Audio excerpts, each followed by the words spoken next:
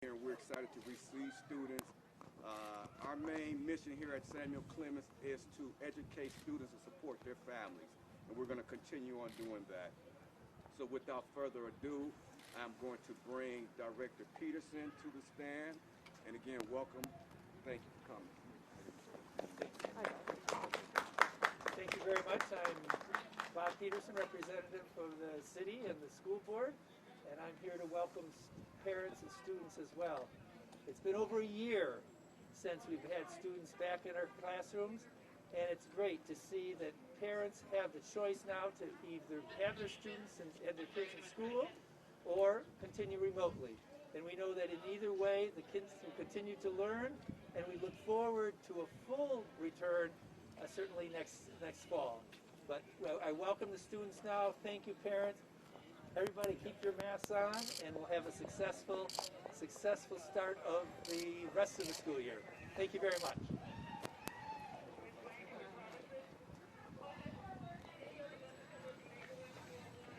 Good morning, good morning, good morning. Excitement is in the air. We are back. We are back in person, and we see all our young people walking in, and families are excited about dropping off their young persons this morning. And I would just say that we have been in school since August. From a virtual standpoint, our young people have truly been learning. Our staff and our students have been working diligently to make sure that academics moves forward in this district, and I am excited about the work that has been rendered. I would also like to say that we are now in person for those families who desire to be in person. We still have a virtual option for families that want to remain virtual, and we know that some of our families will. A third of our families opted to remain virtual. Well, basically, the remainder of our families wanted to come in. Over 59% of our families wanted to come in, and we have offered that option to our families, and we're excited about that. But I would say to you, you will see things a whole lot different. You're going to see plexiglass barriers in all of the classrooms, and all of our young people will be working with a plexiglass barrier in the front of them. You also see HEPA filters that are in the classrooms for air purifiers that are moving for air in the classroom as well. We have done everything that we possibly can around windows to be able to allow the windows to open, to have fresh air to come in. We have also running our fans, our exhaust fans and things in 2 hours before school and during the mid of the day, and then 2 hours after, bringing fresh air into our buildings. And it's just excitement to see the young people walk past us this morning, going in for a productive day of learning.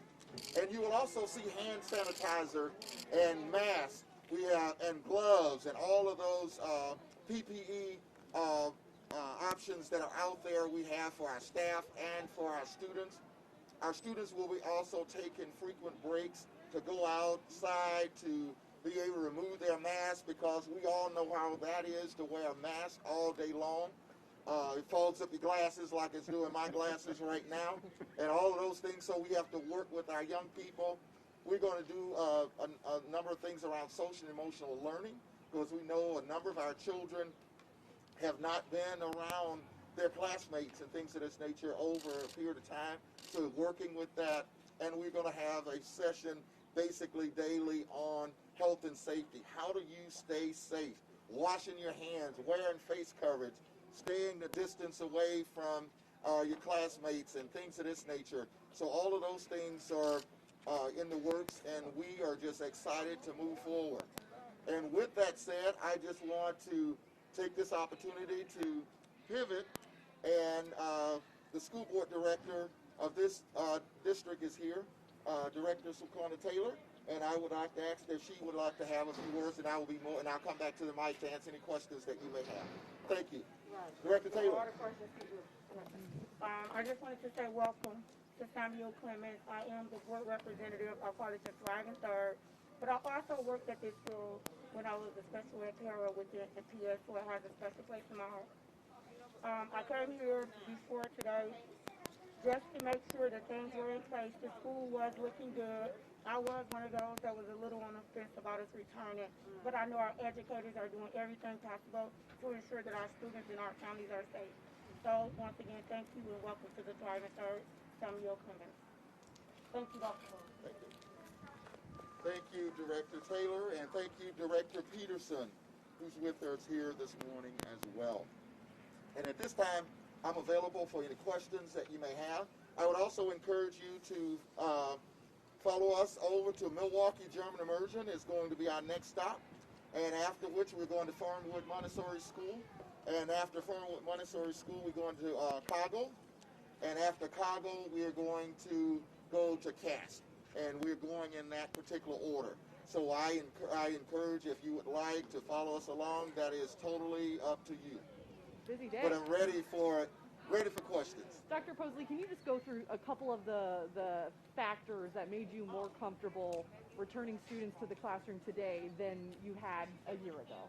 Well, the factors was number one, we wanted to make sure and ensure all of our employees, all 10,000 employees, had an opportunity to be vaccinated.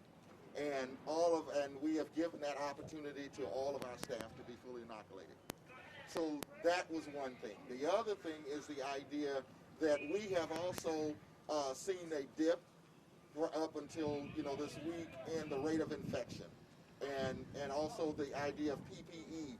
We are able to get PPE, all of the things that we need to make it happen for learning, and also there's this, when you're looking at survey data indicates that families want to return. I also get an opportunity to look at anecdotal type of records, stuff such as emails, phone calls, and those kinds of things as well.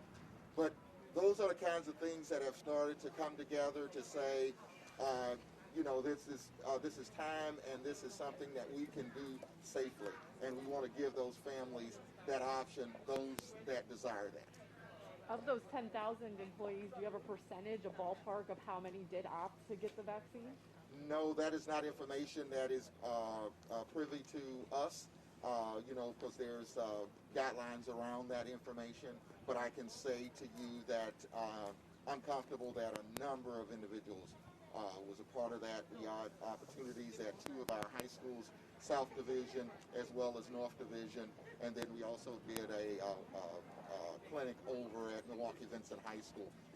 So we are really satisfied with the turnout.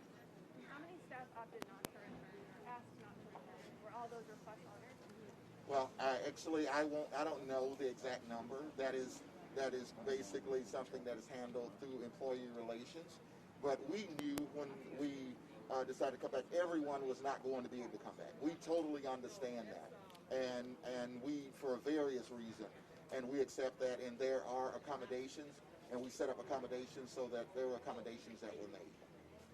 And those individuals will still be working from a remote standpoint, working with us as well, the same way. And how many overflow areas do you have here and at other schools for class sizes that were over 50 students? Well, here there is no overflow here. But as a number of other schools, I got like about 28 or more schools where there's overflow. The school that I'm going to next, Milwaukee German Immersion School, there's overflow. And I want to say that there's about 5 or 6 rooms of overflow at that particular school. So some schools had overflow when other schools did not. And can you go over the plan? If there is a COVID-19 outbreak, what is your guys' plan? Did that change from originally? That plan did not change from originally. What was added in the motion was if there is a case in one classroom, that classroom goes on remote learning for 14 days. If it's 3 in the school, the whole school goes on remote for 14 days. And we are still following the same gating criteria that we had initially moved forward, and that is basically mirroring the Milwaukee Health Department's guidelines. Doctor, you said Monday that on Thursday there would be a meeting because of the Milwaukee Teachers Education Association call on having a special meeting. Can we expect any changes to come out of that meeting tomorrow? Well, President Larry Miller of the Milwaukee Board of School Directors called a meeting, a work session for tomorrow night, and I cannot get ahead of that meeting, so I can't speak for what will happen at that particular meeting, but I do know a work session has been called. why return to school now when we only have so many weeks left of the school year? It is April. And basically, we want to give every parent an opportunity to meet their children's learning needs. We have families that feel that they wanted an in-person experience, and we want to be able to offer that in-person experience and to give that to them. When you look at the survey data, 59% or greater said that they wanted an in-person experience, so we want to meet the needs of our families and our students and staff. We got time for one more, y'all. Do you have an update on staff attendance today? There were some concerns that maybe teachers would not show up and maybe there wouldn't be enough substitutes. What have you heard? Well, I will say to you, every single day we monitor progress within the district. We know exactly, because we have a system where we know who's coming and who's not, and staff let us know. I would say that's a question for Mr. Lawson, but I'm sure he has close to 100% attendance. And so we could find out. I just had an opportunity to walk through the building. We have staff in every single classroom. I don't think there's any issues with staffing. What role did the DPI orders, DPI has repeatedly told MTS that it's not providing free appropriate education for all students with disabilities. What role did those orders play in your recommendation to reopen? And what would you say to families who are disappointed in the way MTS has handled special education? Well, I would say to you that we have, from day one, with virtual learning and remote learning, that we have included all students with special needs, as well as all of our students in our district.